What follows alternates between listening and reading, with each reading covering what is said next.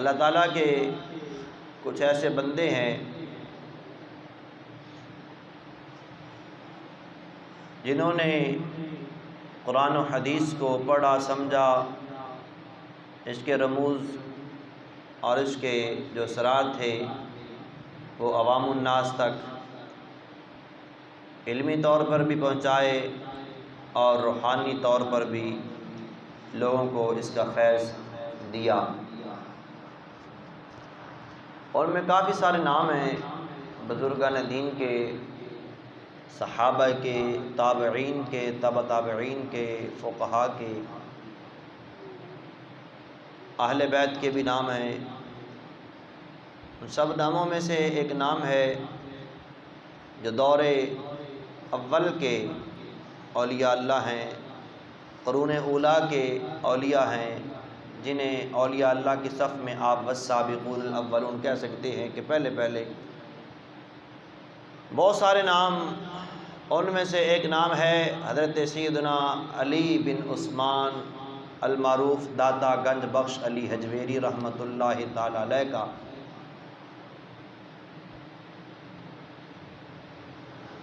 یہ وہ عظیم ہستی ہیں کہ جنہوں نے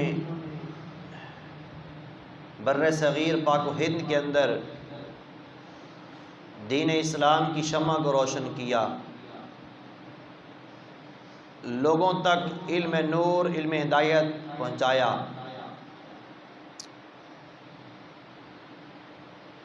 یہاں پر یہ میں بات عرض کرتا چلوں کہ تقریباً 1000 سال ہو چکا ہے دادا صاحب رحمۃ اللہ علیہ کو وصال فرمائے ہوئے۔ تو 1000 سال سے آپ کا عرس بھی ہو رہا ہے اور آپ کا مزار بھی قائم ہے۔ تھوڑی سی اگر بندہ توجہ کرے، تھوڑی سی اگر غور و فکر کرے، ہٹ درمی ضد بازی نہ ہو، تھوڑی سی اگر غور و فکر کی جائے تو پتہ چلتا ہے کہ آج سے 1000 سال پہلے، 1400 سال کا عرصہ یا غالباً 1450 سال کے قریب ہے دین اسلام کا، اور آج سے 1000 سال پہلے جو بزرگ گزرے ہیں ان کی کتاب، اور یہ وہ بزرگ ہیں کہ جن کی تعلیمات، جن کی جو ہے وہ تاریخ دفن نہیں ہوئی ہے۔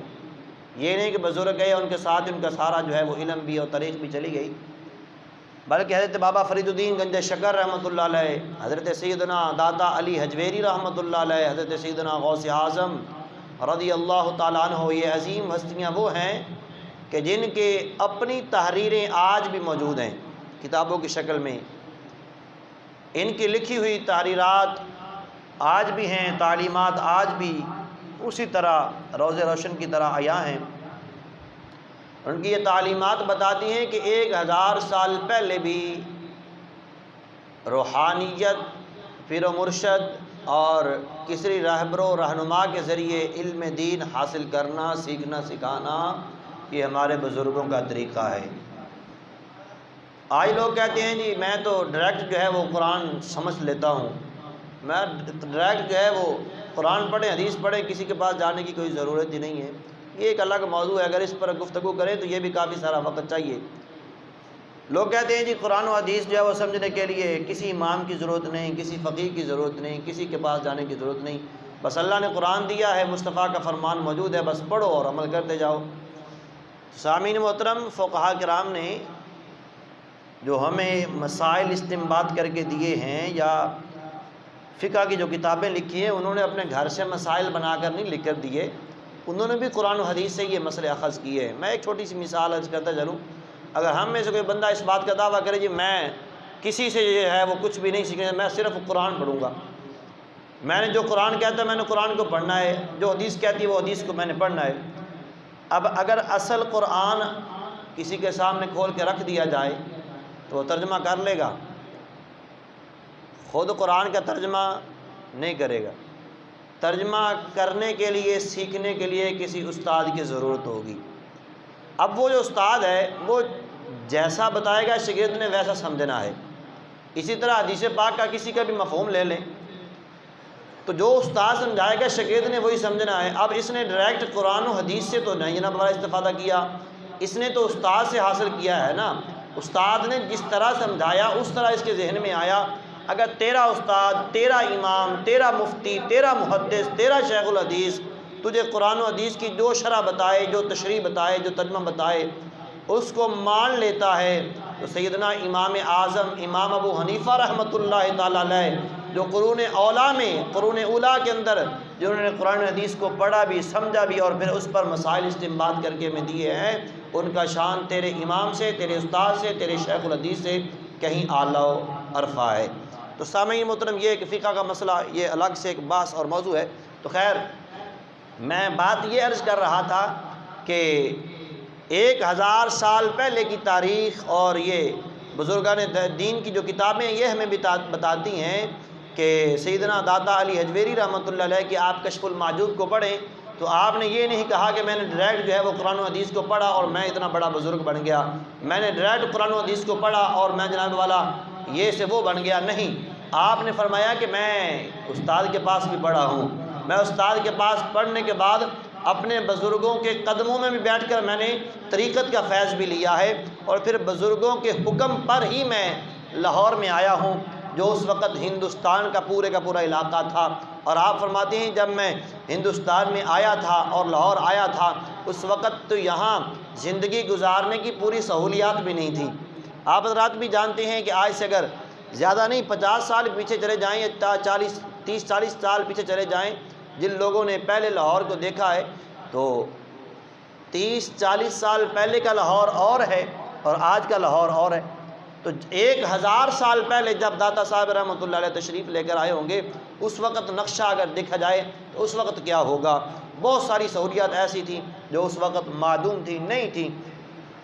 سامعین محترم، سیدنا غوث اعظم سیدنا داتا علی حجویری رحمۃ اللہ علیہ، آپ کے لفظ داتا پر بھی لوگوں کو اعتراض ہے، لیکن یہ داتا جو ہے یہ داتا دینے والوں کو کہتے ہیں، تو آپ جو ہے دینے والی ذات تو رب کی ذات ہے، تو آپ نے اس کے بندے کو داتا بنا دیا ہے، تو یہ تو شرک ہو گیا۔ تو یہ یہاں پر بھی عام بولے والے لوگوں کو جو ہے وہ ورگلایا جاتا ہے اور انہیں جو ہے وہ اپنی طرف سے وہ توحید کی مہ پلاتے ہیں، شرک کا سبق پڑھا کر وہ کہتے ہیں جی دیکھیں جی آپ جو ہے وہ حضرت علی بن عثمان کو آپ جو ہے وہ داتا کہتے ہیں، داتا کہنا تو یہ تو داتا تو رب کی صفت ہے۔ تو میں نے کہا پہلے تو یہ بتائیں کہ اللہ کے 99 نام ہیں، اللہ کے 99 صفاتی نام ہیں، ان 99 ناموں میں سے کوئی ایک نام دکھائیں جس کے اندر لفظ داتا لکھا ہو۔ اللہ کے 99 ناموں میں سے کوئی ایک نام بھی داتا نہیں ہے، اور داتا پہلے، دوسری بات یہ ہے کہ داتا عربی کا لفظ ہی نہیں ہے، داتا عربی کا لفظ نہیں ہے، اور داتا کا معنی ہے دینے والا۔ اگر مجھے کوئی بندہ کوئی شے دے دے تو کیا شرک لازم آ جائے گا؟ میں نے اپنے استاد سے پڑھا ہے، استاد نے مجھے علم دیا کہ نہیں دیا؟ آپ لوگوں نے اپنے استاد سے پڑھا، استاد نے آپ کو کچھ دیا ہے کہ نہیں دیا؟ استاد نے دیا علم، جو اس کے پاس تھا اس نے اپنے شاگرد کو دیا، وہ پھر آگے اپنے شاگردوں کو تقسیم کر رہا ہے۔ تو یہ دینے سے جو ہے وہ شرک تو لازم نہیں آتا۔ اگر لفظ داتا پر ہی آپ کو اعتراض ہے کہ داتا کا معنی دینے والا ہے اور دینے والی ذات اللہ کی ہے، تو پھر آئیے قرآن کی میں ایک اور آیت پڑھتا ہوں۔ قرآن کا 15واں پارہ ہے، اللہ تعالیٰ نے فرمایا کہ جب تم نے اپنے والدین کے لیے دعا کرنی ہے تو تم نے یوں کہنا ہے کہ رب ارحمہما کما ربیانی صغیرا، یا اللہ ان دونوں پر، میرے ماں اور باپ پر اس طرح رحم فرما جس طرح انہوں نے مجھے بچپن میں پالا ہے۔ رب یعنی، جو یہ رب یعنی ہے نا، یہ رب لفظ ہے۔ رب کسے کہتے ہیں؟ بولیے، اللہ کو۔ اب قرآن نے ماں باپ کو رب کہا ہے، قرآن پاک نے ماں باپ کو رب کہا ہے، تو یہاں پر کیا کہیں گے کہ اب قرآن ہمیں شرک کی تبلیغ کر رہا ہے؟ نہیں نہیں، ایسا نہیں ہے، قرآن ہمیں شرک کی تبلیغ نہیں کرتا، نہ ہمیں شرک سکھاتا ہے، قرآن تو شرک کو جڑوں سے اکھاڑتا ہے۔ تو اب یہاں پر کیا کہو گے کہ جو رب جو ہے وہ اللہ کی صفت ہے، اللہ کی صفت ہے رب ہونا، وہی صفت اللہ نے ماں باپ کو دی ہے۔ رب کی صفت ہے پالنے والا، تو ماں باپ بھی پالنے والا ہے۔ اب کوئی بندہ یہ کہے کہ میرے ابے نے مجھے پالا ہے، میری امی نے مجھے پالا ہے، تو کیا آپ کہیں گے کہ یہ بندہ شرک کر رہا ہے؟ کون ہے جو کہے گا اٹھ کر کے یہ بندہ شرک کر رہا ہے؟ پالنے والی ذات تو اللہ کی ذات ہے۔ ایسے نہیں ہے جی، پالنے والی ذات تو اللہ کی ذات ہے۔ کوئی بندہ کسی پر فتویٰ لگاتا ہے؟ اگر کوئی کہے کہ مجھے میرے امی اور ابے نے پالا ہے قرآن بھی یہی کہتا ہے کہ ماں باپ پالنے والے ہیں، تو یہاں پر کوئی فتویٰ نہیں لگتا، بلکہ یہاں پر یہ توجیہ ہوتی ہے کہ رب کا پالنا اور ہے، ماں باپ کا پالنا اور ہے۔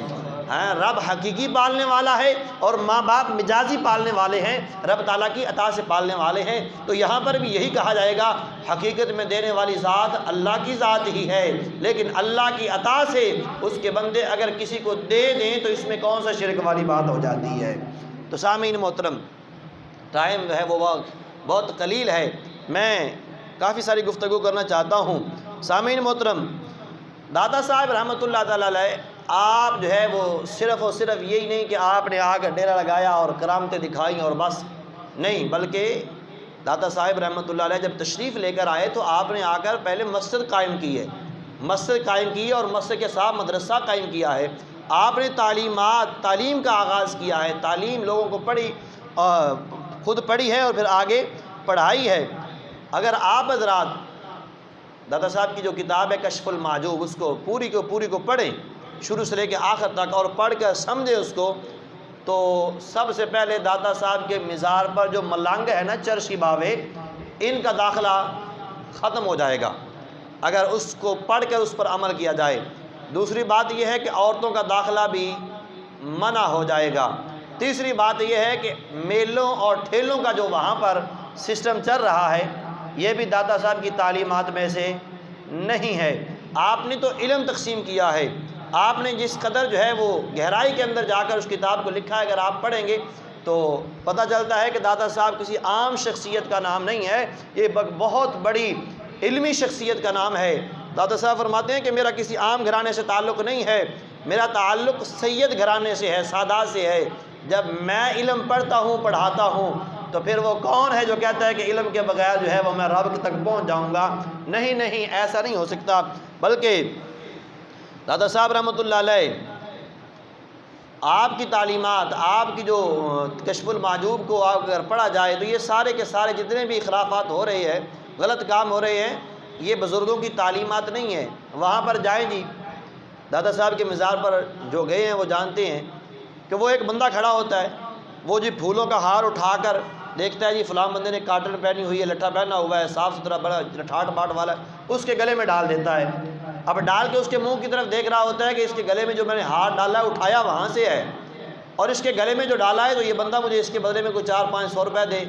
تو یہ داتا صاحب کی تعلیم تو نہیں ہے۔ یہ داتا صاحب نے سکھایا ہے کہ میرے مزار پہ کھڑے ہو جاؤ اور لوگوں کو بٹورنا شروع کر دو، نہیں، داتا صاحب کی تعلیم نہیں ہے۔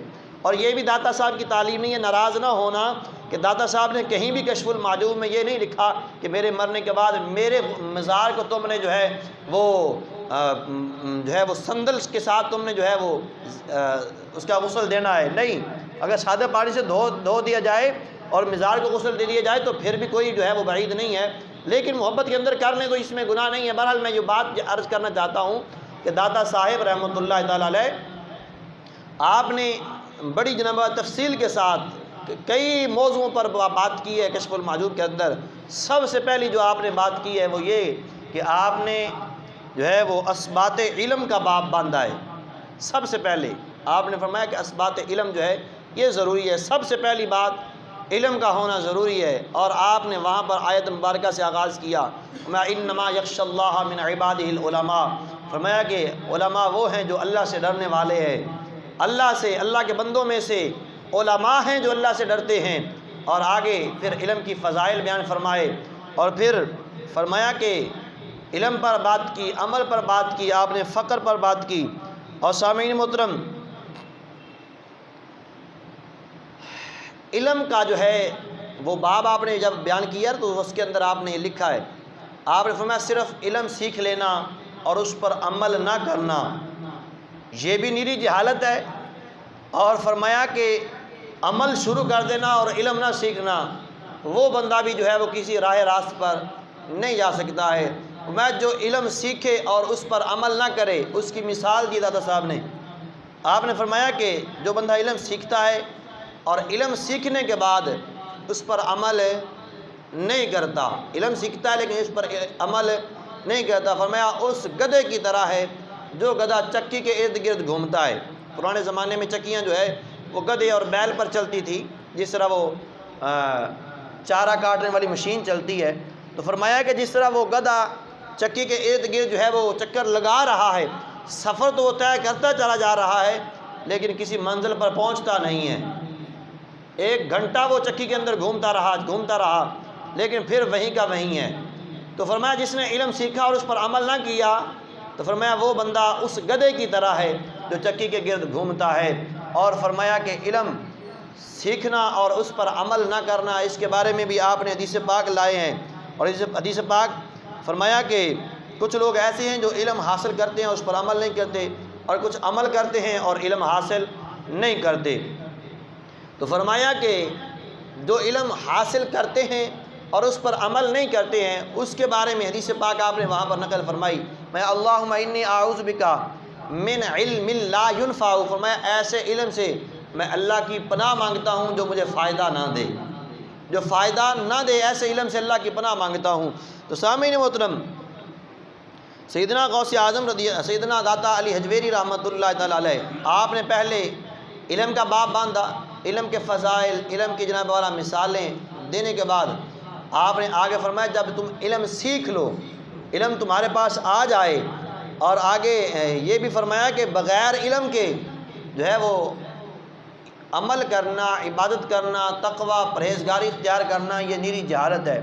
سلطان باؤ رحمۃ اللہ علیہ آپ نے بھی یہی فرمایا، آپ نے فرمایا کہ باج علم دے کرے فقیری، مرے پاگل دیوانہ ہو، بڑی تفصیل کے ساتھ آپ نے بیان کیا ہے دادا صاحب نے۔ آپ نے فرمایا جب کسی بندے کو ایک چیز کا علم ہی نہیں ہوگا، وہ بندہ نمازیں کیسے پڑھے گا؟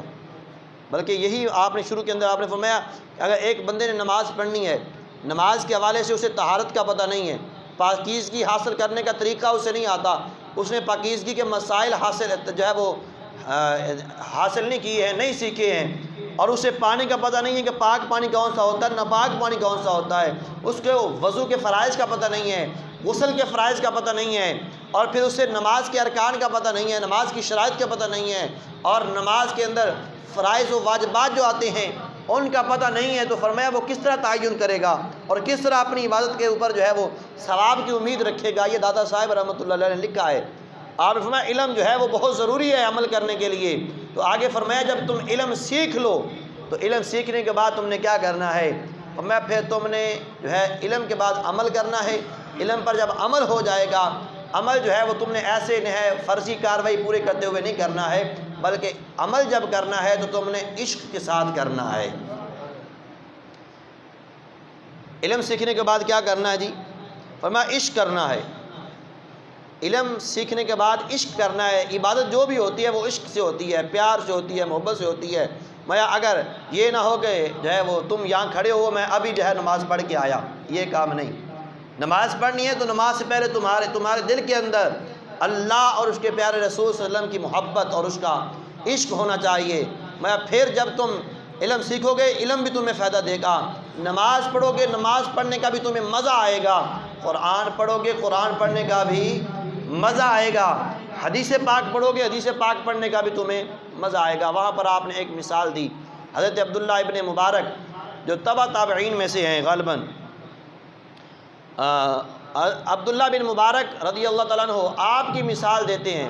فرمایا کہ یہ وہ بزرگ ہیں کہ جو خود انہوں نے بیان کیا کہ یہ ایک عورت پر جو ہے وہ عاشق تھے، ایک عورت ان کی معشوقہ بن گئی، اور یہ اس کی ملاقات کے لیے اس کے محلے کے اندر جا کر نماز پڑھتے تھے۔ عشاء کی نماز پڑھنے کے بعد جو ہے اس کے گھر کے ارد گرد بیٹھے رہتے، کھڑے رہتے۔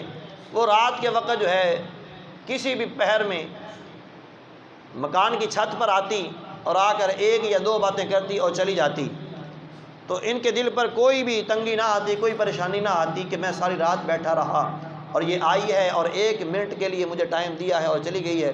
صرف 1 منٹ کو ہی غنیمت جانتے کہ وہ جو ہے آئی تو ہے میرے پاس، مجھ سے ملنے آئی تو ہے، مجھ سے پیار تو کرتی ہے۔ محبت کم ہونے کی بجائے بڑھتی جا رہی ہے۔ ایک دن ایسا آیا، کہتے کہ جب جو ہے وہ نماز میں پڑھتا تو قاری صاحب مسجد کے اندر تھوڑی ذرا قرات لمبی کر دیتے، تلاوت جو ہے وہ لمبی کر دیتے نماز کے اندر، تو میرا دل جو ہے وہ تنگ ہونے لگتا کہ اب اتنی لمبی نماز پڑھائی جا رہی ہے، پتہ نہیں قاری صاحب نے سارا قرآن آج ہی پڑھ دینا ہے۔ تو اس طرح بھی معاملات ہوتے ہیں۔ بعض دفعہ بندہ جو ہے پیچھے کھڑا محسوس کر رہا ہوتا ہے پتہ نہیں یار آج قاری صاحب نے سارا قرآن ختم کر دینا ہے، تو اس طرح کا معاملہ جو ہے وہ کہتے ہیں میرے ساتھ تھا کہ جب میں نماز پڑھنے جاتا تو قاری صاحب اگر مسجد کے امام جو ہے وہ اگر تلاوت تھوڑی لمبی کرتے تو میرے دل کے اندر گھٹن سی محسوس ہوتی، لیکن اپنی معشوقہ کو جب ملنے کے لیے جاتا تو ساری رات کھڑا رہتا، سردیوں کی ٹھنڈی رات، 12 گھنٹے کی رات، ساری رات بھی کھڑا رہتا تو مجھے تنگی نہ ہوتی، پریشانی نہ ہوتی، یا رات مجھے ایسے ہی گزر جاتی۔ ایک دن کہتے ملنے کے لیے گیا تو ساری رات کھڑا رہا، ایک لمحے کے لیے وہ آئی اور اس نے کہا کہ آج جو ہے وہ گھر میں مہمان آئے ہوئے ہیں، لہٰذا میں آج آپ سے بات نہیں کر سکتی، آج آپ سے بات نہیں کر سکتی۔ اتنی بات اس نے کی ہے، واپس چلی گئی ہے۔ کہتی ہیں کہ جب میں واپس آ رہا تھا تو راستے میں فجر کی اذان ہو رہی تھی۔ بولیے کون سی اذان ہو رہی تھی؟ فجر کی اذان ہو رہی تھی۔ کہتے ہیں ساری رات میں کھڑا رہا، فجر کی اذان ہو گئی، مجھے یوں لگا جیسے عشاء کی اذان ہو رہی ہے، جیسے عشاء کی اذان ہو رہی ہے۔ کہتے کچھ دیر گزری تو دیکھا کہ وہ تو دن چڑھایا۔ جب دن چڑھا تو پھر میرے دل کے اوپر چوٹ لگی۔ میں نے کہا اے عبداللہ بن مبارک، اے مبارک کے بیٹے، تجھے ساری رات ایک عورت کے عشق میں اس طرح گزار دی ہے کہ تجھے رات کا پتہ ہی نہیں چلا۔ ہاں جی، تجھے رات کا پتہ ہی نہیں چلا، اور جب مسجد میں نماز پڑھنے کھڑا ہوتا ہے تو تیرا دل جو ہے وہ گھٹن محسوس کرتا ہے، پریشان ہوتا ہے۔ کاش کہ تو یہ ساری رات مصلی پہ کھڑا ہو کر محبت الہی اور محبت مصطفیٰ میں گزارتا تو کتنا مزہ آتا۔ کہتے ہیں اس بات نے میرے دل کو چوٹ لگائی تو میں نے توبہ کر لی۔ جب میں نے توبہ کی ہے، توبہ کرنے کے بعد کہتے ہیں کہ 60 سال باقی زندگی گزاری ہے، اب 60 سال جو باقی گزرے ہیں وہ ساری رات مصلی پہ کھڑا رہتا، محبت خدا میں، اطاعت مصطفیٰ میں۔ کہا ساری رات کھڑا رہا، کبھی بھی مجھے تھکاوٹ محسوس نہیں ہوئی ہے۔ تو یہ عشق کی مثال دی داتا صاحب رحمۃ اللہ علیہ نے فرمایا جب اللہ رسول کے ساتھ عشق ہو جاتا ہے نا تو پھر بندہ علم پر عمل کرے اور پھر عبادت کرے، پھر عبادت کا بھی مزہ آتا ہے، قرآن کا بھی مزہ آتا ہے، نماز کا بھی مزہ آتا ہے۔ تو فرمایا علم سیکھو، علم سیکھنے کے بعد فرمایا عشق کرو۔ کیا کرو جی؟ عشق کرنا ہے۔ آگے فرمایا کہ تیسری بات آپ نے فرمایا کہ اعزاز اگر چاہتے ہو کہ میری عزت بن جائے، چاہتے ہو کہ میرا مقام پیدا ہو جائے، تو پھر یہ جو ہے 2 منٹ کا وظیفہ پڑھنے سے نہیں ملے گا۔ کہتے ہیں پیر صاحب کو ایسا وظیفہ بتاؤ ہے دنوں میں بس امیر بن جاؤں، پیر صاحب کو ایسا تویز دو کہ لوگوں کی نظروں میں مقبول ہو جاؤں۔ فرمایا نہیں، ایسے تم نے مقبول نہیں ہونا ہے۔ اگر تم نے مقبول ہونا چاہتے ہو کہ ہم مقبول ہو جائیں اور ہمیں اعزاز مل جائے، ہمیں عزت مل جائیں، مرتبے مل جائیں، مقام مل جائیں، تو فرمایا پھر کیا کرنا ہے؟ فرمایا پھر اللہ اور اس کے رسول کی اطاعت کرنی ہے، فرمایا شریعت پر عمل کرنا ہے، فرمایا شریعت کی تابع داری کرنی ہے، اور فرمایا طریقت بھی جو ہے وہ اپنانی ہے، اور اللہ رسول کی اطاعت اور فرمانبرداری بھی کرنی ہے۔ میں یہاں پہ چلے لگانے سے، وظیفے پڑھنے سے، نب والا اس طرح کالا پیلا نیلا جادو کرنے سے جو ہے یہ اعزاز نہیں ملے گا۔ اللہ اور اس کے پیارے رسول صلی اللہ علیہ وسلم کی اطاعت اور فرما برداری کے اندر اعزاز ملے گا۔ سیدنا حبیب بن اسلم راعی تبع تابعین بزرگوں میں سے ایک بزرگ ہیں، ان کا واقعہ سیدنا داتا علی حجویری رحمۃ اللہ علیہ نے آپ نے نقل فرمایا ہے اسی ضمن کے اندر۔ ہمیں اگر چاہتے ہو نا کہ ہمیں اعزاز ملے، ہمیں کچھ مقام ملے، اللہ رسول کی بارگاہ میں ہمارا مقام اور مرتبہ بن جائے، تو فرمایا پھر اطاعت مصطفیٰ کرنی ہوگی، مصطفیٰ کریم صلی اللہ علیہ وسلم کی اطاعت کے اندر زندگی گزارنی ہوگی۔ مثال انہوں نے پیش کی ہے، حضرت سیدنا حبیب بن اسلم رائی تبع تابعی بزرگ ہیں، آپ کا کام تھا کہ آپ فرات کے کنارے پر بکریاں چراتے تھے، فرات کے کنارے پر بکریاں چراتے ہیں۔ تو ایک بزرگ بیان کرتے ہیں کہ میرے دل کے اندر شوق پیدا ہوا کہ میں ان کی زیارت کروں، ان کی ملاقات کے لیے جاؤں۔ میں نے کسی سے پوچھا تو انہوں نے کہا کہ وہ فرات کے کنارے اس وقت جو ہے وہ بکریاں چرا رہے ہوں گے اور عبادت خدا میں مصروف ہوں گے، تو لہذا یہ ان کے ملاقات کا وقت نہیں ہے۔ وہ بزرگ کہنے لگے کہ اگرچہ ملاقات کا وقت نہیں ہے تو میں پھر بھی جاؤں گا۔ کہا اگر تم جاؤ گے تو وہ ناراض ہو جائیں گے۔ کہا اللہ والے ہیں، اگر بزرگ ہیں ناراض ہو بھی جائیں گے تو زیادہ دیر ناراض نہیں رہیں گے، جلدی مان بھی جائیں گے، جلدی مان بھی جائیں گے۔ تو یہ جناب والا کہہ کر آپ چلے گئے، جا کر دیکھا کہ آپ نماز پڑھ رہے ہیں فرات کے کنارے پر اور آپ کی بکریاں بھیڑیا چرا رہا ہے، بکریاں آپ کی بھیڑیا چرا رہا ہے۔ آپ جو ہے اس کے قریب چلے گئے۔ جب آپ نماز سے فارغ ہوئے تو آپ نے السلام علیکم کہا، وعلیکم السلام کہہ کے فرمایا تم اس وقت کیوں آئے ہو؟ کہا آپ کی زیارت کرنے کے لیے آیا ہوں۔ آپ کی زیارت کرنے کے لیے آیا ہوں۔ تو جب آپ کی نے زیارت فرمایا ٹھیک ہے کر لو، زیارت کی ہے، کرنے کے بعد ملاقات ہوئی، بات چیت کرنے کے بعد وہ بزرگ کہتے ہیں میں نے پوچھا بابا جی یہ ایک بات تو بتائیے، یہ بھیڑیے اور بکریوں کی صلح کب سے ہوئی ہے؟ جسے سمجھ لگ رہی ہے ذوق سے بولیں سبحان اللہ۔ اگلی باتیں اس سے بھی عظیم ہیں، اگلی باتیں اس سے بھی عظیم ہیں جو دادا صاحب نے تعلیم دی ہے نا، فرمایا کہ اللہ رسول کی اطاعت کریں گے تو پھر احساس ملے گا۔ تویز دھاگوں سے یا جناب چلے اور وظیفوں سے، کالے پیلے نیلے جادو سے جو ہے اچانک آپ کا جو ہے مقام اور مرتبہ اور آپ کی دولت کی ریل و پیل جو ہے وہ یکدم نہیں شروع ہو جائے گی۔ اگر چاہتے ہو کہ ہمیں دنیا میں بھی جو ہے وہ عزت اور عظمت ملے، مال و دولت بھی ملے، فرمایا اللہ اور اس کے رسول کی تابع داری کرنی ہوگی، اللہ رسول کی محبت کو دل کے اندر جگہ دینی ہوگی۔ کہا بابا جی یہ بھیڑیے اور بکریوں کی صلح کب سے ہوئی ہے؟ تو آپ نے فرمایا جب سے بکریوں کے مالک نے اپنے رب سے صلح کی ہے تب سے بھیڑیوں اور بکریوں کی صلح ہو گئی ہے۔ فرمایا جب سے میں نے اپنے رب کے ساتھ صلح کی ہے تب سے میں اپنے رب کی ڈیوٹی دیتا ہوں اور یہ بھیڑیے آ کر میری بکریاں چراتے ہیں۔ تو سامعین محترم اس بزرگ نے کہا بابا جی پھر مجھے ایک بات بتائیے۔ دل کے اندر خیال آیا، دل کے اندر بھی سوچ رہے تھے اتنی دور سے آیا ہوں، اب بابا جس جگہ پر بیٹھا ہے، بزرگ جس جگہ پر بیٹھے ہیں، یہاں پر تو کوئی آبادی بھی نظر نہیں آ رہی ہے، کچھ کھانے پینے کی چیز بھی بابا جی کے پاس نہیں ہے، پتہ نہیں یہ مہمان نوازی بھی میری کریں گے یا نہیں کریں گے۔ ابھی دل کے اندر یہ خیال آیا تھا، ان بزرگوں نے کیا کیا، لکڑ کا ایک پیالہ تھا وہ اٹھایا اور سامنے پہاڑ ہے، پہاڑ کی طرف جو ہے پہاڑ کا ایک چھوٹا سا پتھر اس طرف جو ہے وہ جھکا ہوا ہے، اس پیالے کو اس پتھر کے نیچے کیا نا تو اس پہاڑ کے پتھر سے دودھ کا چشمہ بہنا شروع ہو گیا، دودھ آنا شروع ہو گیا اور پیالہ دودھ سے بھر گیا۔ کہتے ہیں مجھے جو ہے وہ دودھ پیش کیا، میں نے دودھ پیا، دودھ پینے کے بعد پھر پیالہ رکھ دیا، پھر کیا دیکھتے ہیں کہ اس میں سے اب شہد آ رہا ہے، اس میں سے کیا آ رہا ہے؟ شہد آ رہا ہے۔ کہتے ہیں میں دیکھا بڑا حیران ہوا یہ کیا ماجرا ہے، بابا جی یہ کیا ہے؟ پہاڑ سے یہ دودھ تو ہے بھینس اور بکریاں دیتی ہیں، گائے بھینس جو ہے دودھ دیتی ہے، اور یہ پہاڑ اور پتھر دودھ کیسے دینے لگ گئے؟ شہد کی مکھیاں شہد دیتی ہیں تو یہ شہد تو پہاڑ کے پتھر سے نکل رہا ہے، یہ کیا ماجرا ہے؟ تو آپ نے فوراً قرآن کی آیت پڑھی، میں تو نے قرآن نہیں پڑھا، وَإِذِ اسْتَسْقَىٰ مُوسَىٰ لِقَوْمِهِ، ذوق سے بولیں ذرا سبحان اللہ۔ مجھے پتہ ہے کہ آج میں شعر بھی نہیں پڑھ رہا، سر بھی نہیں لگا رہا، لیکن آپ کو علمی گفتگو بتا رہا ہوں، علمی باتیں بتا رہا ہوں جو دادا صاحب نے کشف المعجوم میں لکھی ہیں۔ یہ وہ باتیں ہیں جن کو ہم پڑھتے نہیں ہیں، ہم صرف جو ہے وہ کرامات سن کے خوش ہو جاتے ہیں۔ یہ علم پڑھنے اور پڑھانے اور علم پر عمل کرنے کی باتیں ہیں۔ آپ نے فرمایا کہ وَإِذِ اسْتَسْقَىٰ مُوسَىٰ لِقَوْمِهِ، آپ نے قرآن نہیں پڑھا، قرآن کے اندر رب تعالیٰ نے موسیٰ علیہ السلام کا واقعہ بیان کیا ہے۔ موسیٰ علیہ السلام کی نافرمان قوم نے جب موسیٰ علیہ السلام سے پانی مانگا، اللہ نے فرمایا فَقُلْ نَضْرِبْ بِعَصَاكَ الْحَجَرَ، اپنے عصا کو پتھر پر مارو۔ موسیٰ علیہ السلام نے پتھر پر مارا تو نافرمان قوم کے لیے اللہ نے پانی کے 12 چشمے جاری کر دیے۔